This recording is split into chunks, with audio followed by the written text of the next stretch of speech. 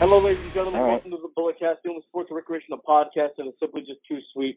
I am your host, Phillip Antoine. I am the podcast champion. I am the pod father. I'm joined on the line by the Canadian Destroyer, Brandon. How's it going there, guy?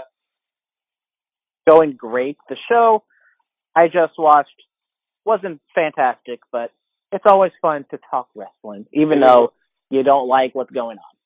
Yeah, a lot of people are upset at the big dog result. Well, we're going to get into that in a little bit. But real quick, to start off the night, Alexa Bliss retains her Raw Women's Championship in the first ever Women's Elimination Chamber against Sasha Banks, Bayley, Mickie James, Sonya Deville, and Mandy Rose. I got other names. Good job. Good job, yes. We had a little bit of technical difficulty, so let's run back through it, how we felt about this match real quick. I thought the match was fine for what it was. I felt like it was a little too predictable because they had Absolution started off sort of by attacking Bayley, but then Sasha makes the save, of course, and then Mickie comes out, and then it was fine for what it was. They did have kind of more high spots, I thought, than the men did. Yeah. The men's match was kind of more powerful and focusing more on Braun Strowman just beating up everybody. This one, since there were less people in the ring, they were able to kind of do more, not exactly high-flying moves, but they did climb and walk around the cage more than the men did. Yeah, Sasha turning her back on Bayley, not really, but, she's done it before in the past. The Sparkle Splash off the pod, like I said, was amazing. Mm-hmm. Yes. It will always be the Sparkle Splash.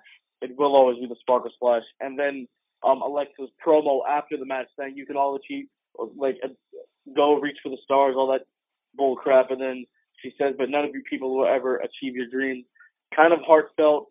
And what I was kind of confused for a second because they kept showing Sasha outside of the ring sitting down. I'm like, is Alexa turning face? Is Sasha going to turn heel?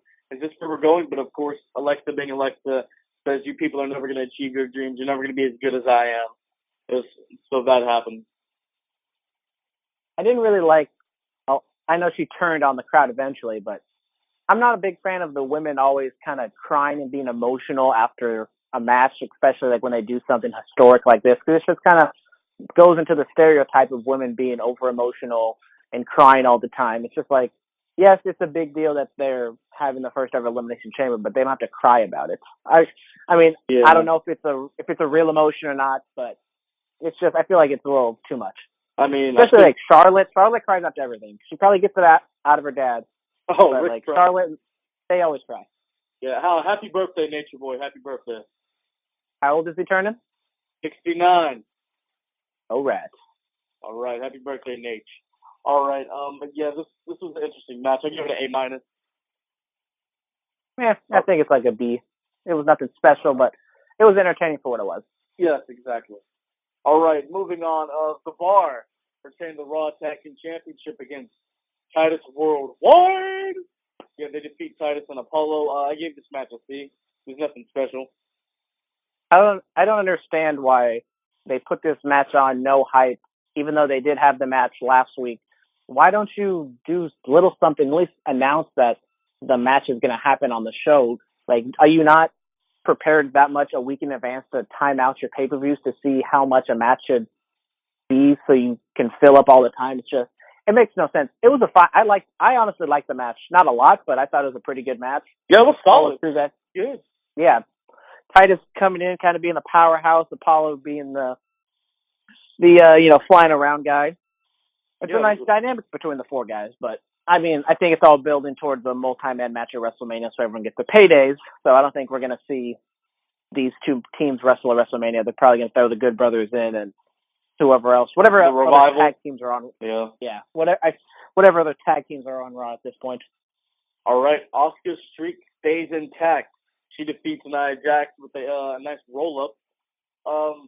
It was an interesting way to end the match. I mean, Nia didn't lose clean. She didn't get knocked out or tap out or anything. She got rolled up. So and then she really looked very strong after the match was over, just throwing Asuka around, demolishing her through the barricade. I was like, oh my god. I really enjoyed this match. I thought it was nice. A lot of the spots in the match was just Nia chasing after Asuka and Asuka dodging her, which just kind of makes sense. She didn't exactly like chop her down with her strikes and kind of actually pin her clean in terms of like with her finish, knocking her out cold. It was kind of a fluke roll up, even though we have seen her beat Nia Jax in the past, but that was on NXT. I mean, has she beaten her on WWE before? I don't remember because everyone just wrestles everybody. Kind of all runs together. Well, she has a win over her on Raw, but Nia couldn't continue the match. Oh yeah, like was it the count out win? Yeah. See, I remember. And then the after the match when Nia attacked her, it was fine. I mean, it would have meant a lot more if Braun Strowman did the exact same thing, which I had an issue with, having basically the same exact spot idea after a match to build up the monster again. But yeah. if you do it twice, it just diminishes both of them. Yeah. Well, I enjoyed this match. I gave it a B. I gave it a B minus. Good stuff. Good stuff from Nia and Asuka. She's not like most girls. She's not like most girls. She is not. All right. Moving on. Woken Matt Hardy. Yeah. He goes on to defeat Bray Wyatt. I gave this match a C minus. I was hoping in the very beginning of the match when Matt Hardy disappeared and he was talking over the intercom that they were just going to like teleport to the Hardy compound and just have a match there. Oh, that would have been cool. Yeah, but that'd been too much to ask. And the crowd, this match could have been so much more if they actually built up and done stuff with both of these guys. All you have to do is just have Matt Hardy just do crazy, wacky things and Bray Wyatt kind of go along with it. And people would care about it because it's fun. Obviously, it's not serious, but it's an entertaining program they could have had. And they just threw this match away for no reason with no hype on Raw 25. And then they expect us to care when they throw it on again with no hype on the Elimination Chamber. And this proved with the crowd just doing the Rusev Day chants. That was pretty fun. They were doing beach ball stuff. And then you have the announcers trying to cover for them saying, oh, Matt Hardy's wacky and his wackiness is rubbing off on the crowd. So they're just not paying attention. No, they're not paying attention because you don't give them a reason to be entertained and be invested in this match. I thought the little promo thing before the match, when Hardy was in Abigail's tomb or womb, I didn't know that's what it was called. That was interesting to me. But yeah, I felt like they could have done a lot more. Like you just said, the compound thing, I think that would have been really, really cool with Matt talking about being rendered obsolete and stuff like that. If they had teleported to the compound, that would have been something really cool and nice for the crowd. Keep going. When Bray Wyatt was looking underneath the ring, I was ready for him to walk underneath the ring and like teleport, kind of like Little People's Court, because it's like a whole world underneath the ring. You're right. All right. Well, any other thoughts about Hardy and Wyatt? Matt Hardy's been posting some things on Instagram, kind of alluding to the Hardy compound with Skarsgård and a bunch of other different stuff. I just hope.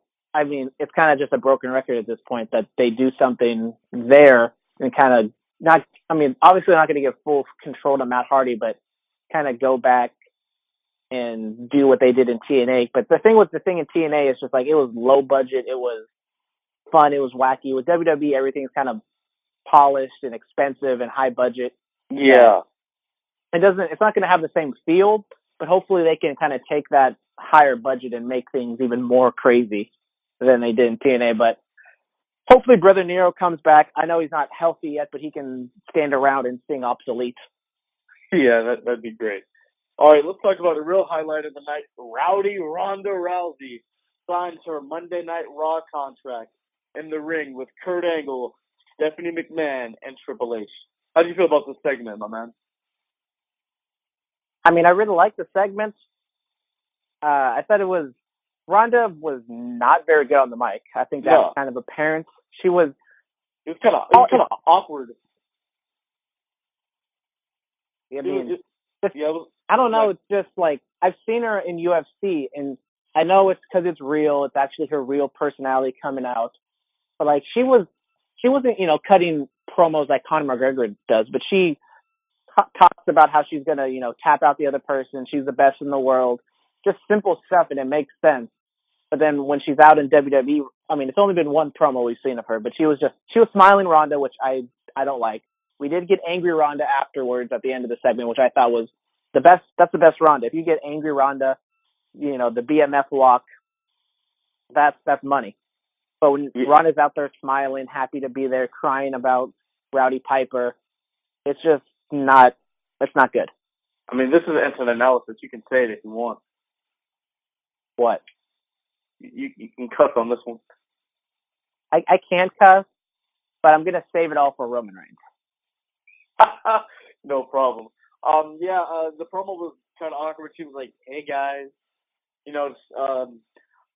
but honestly, Kurt just going off the rails and his slip up about WrestleMania, that's always fun.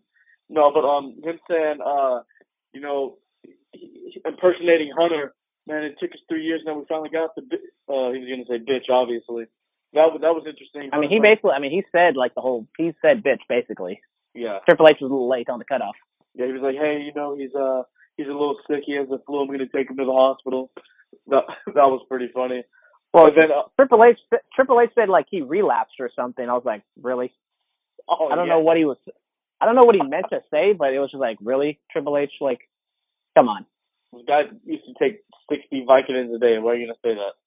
And then Kurt being like, Stephanie said that you're nothing but a washed up MMA star who wants some prime time or whatever. And I thought that was funny. But we did get bad Ronda Rousey, the mean girl, she has that bad stare down to the T. I really like it. She puts Triple H through the table, gets slapped by Stephanie, and then Stephanie gets a little scared, a little timid. It was nice. Yeah, I mean, it did kind of define Ronda down a little bit just by Stephanie smacking her in the face, and then Ronda just takes it like a good employee. No, I mean, it's the whole thing where, like, she signed that contract. She belongs to me. She's my property. It's one of those things. But I mean, if you're a badass and you don't care that they own you, as bad as terminology as that is, like, you could have had, because Kurt still could have been there, and then maybe Ronda, like, chases after Stephanie, and just Kurt Angle stops her from like attacking her, kind of saying like, "Whoa, slow down. We don't want you. You don't want to do this. You don't want to get fired and destroy everything when you just got here." Yeah. I don't know why you do that.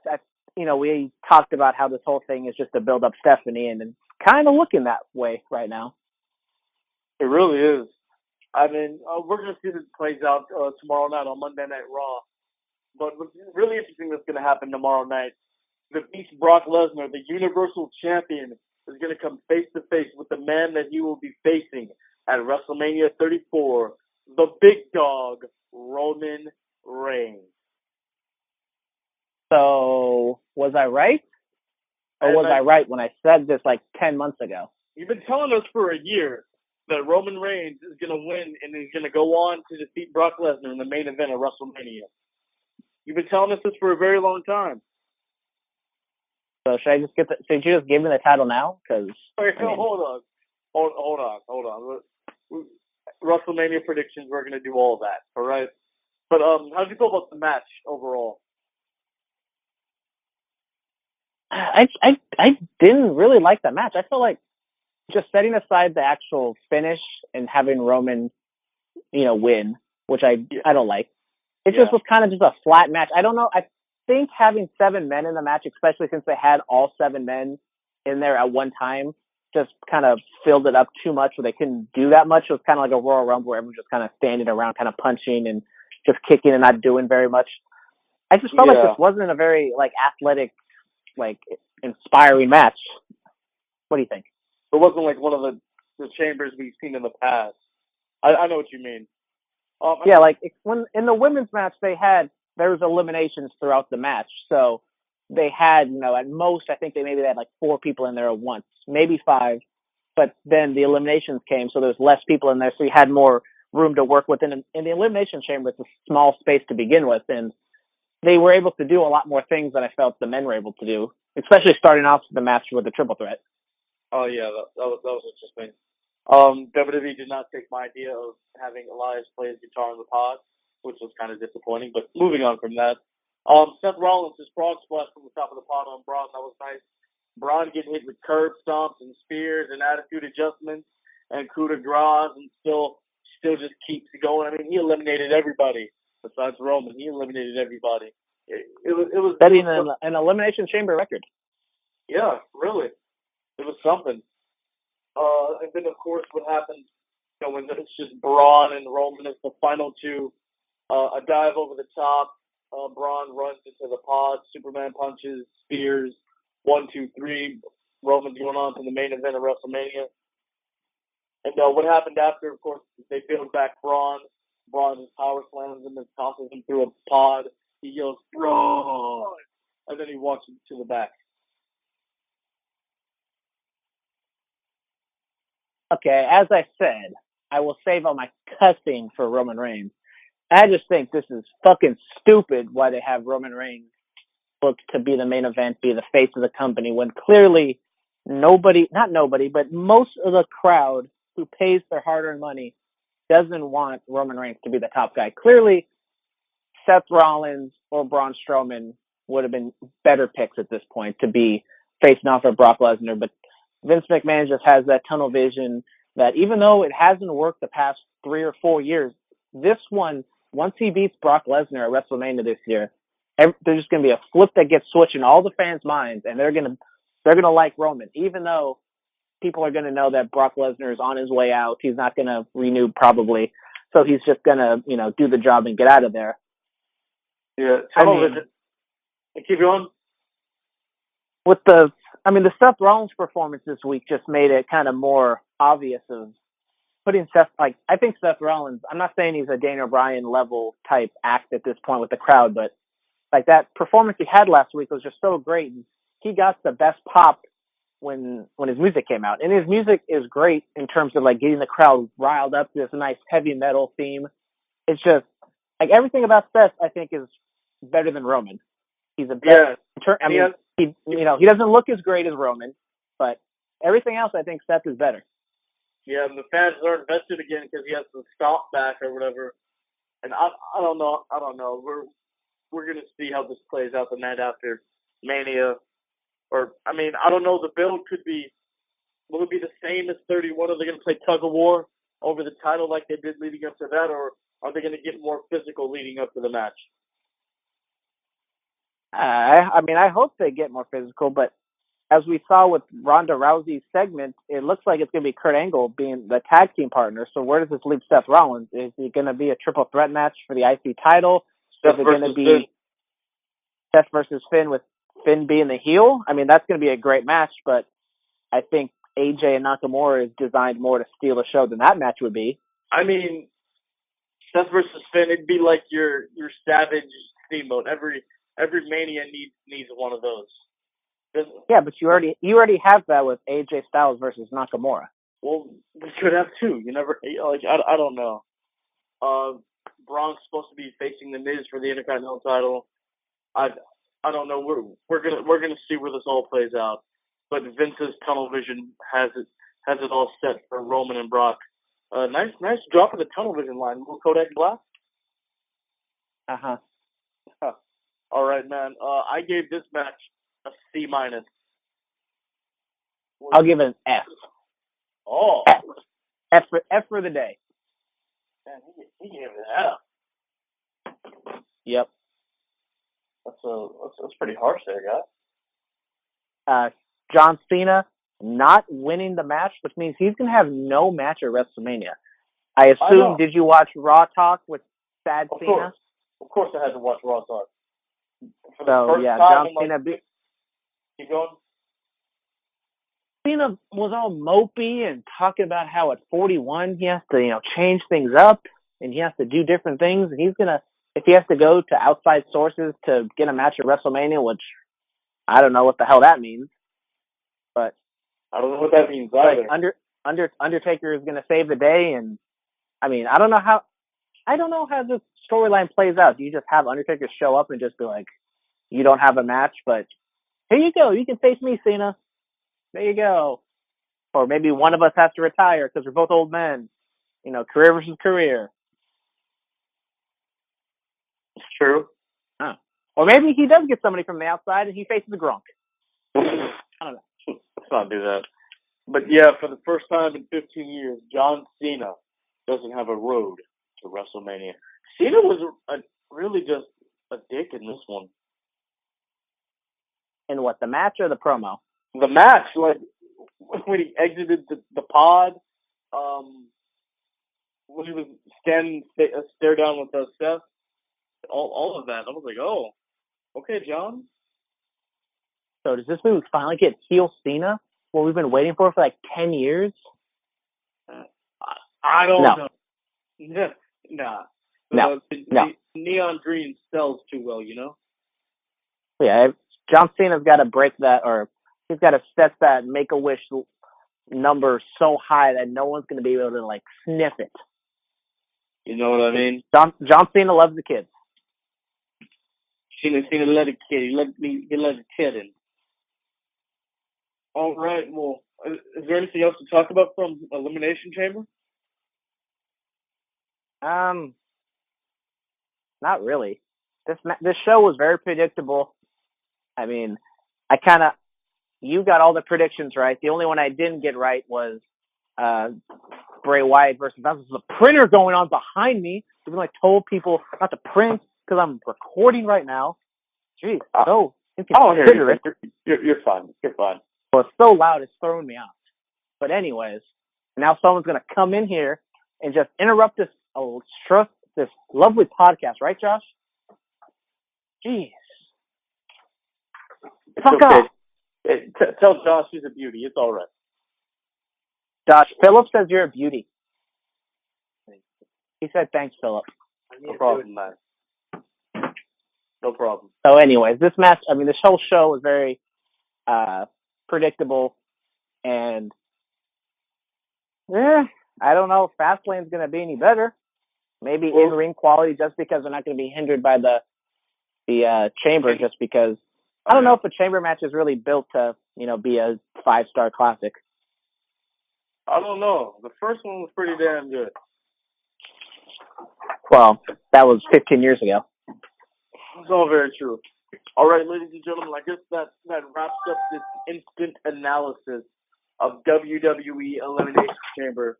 The next instant analysis you will hear will be Fastlane, and then the one after that will be the big one, WrestleMania.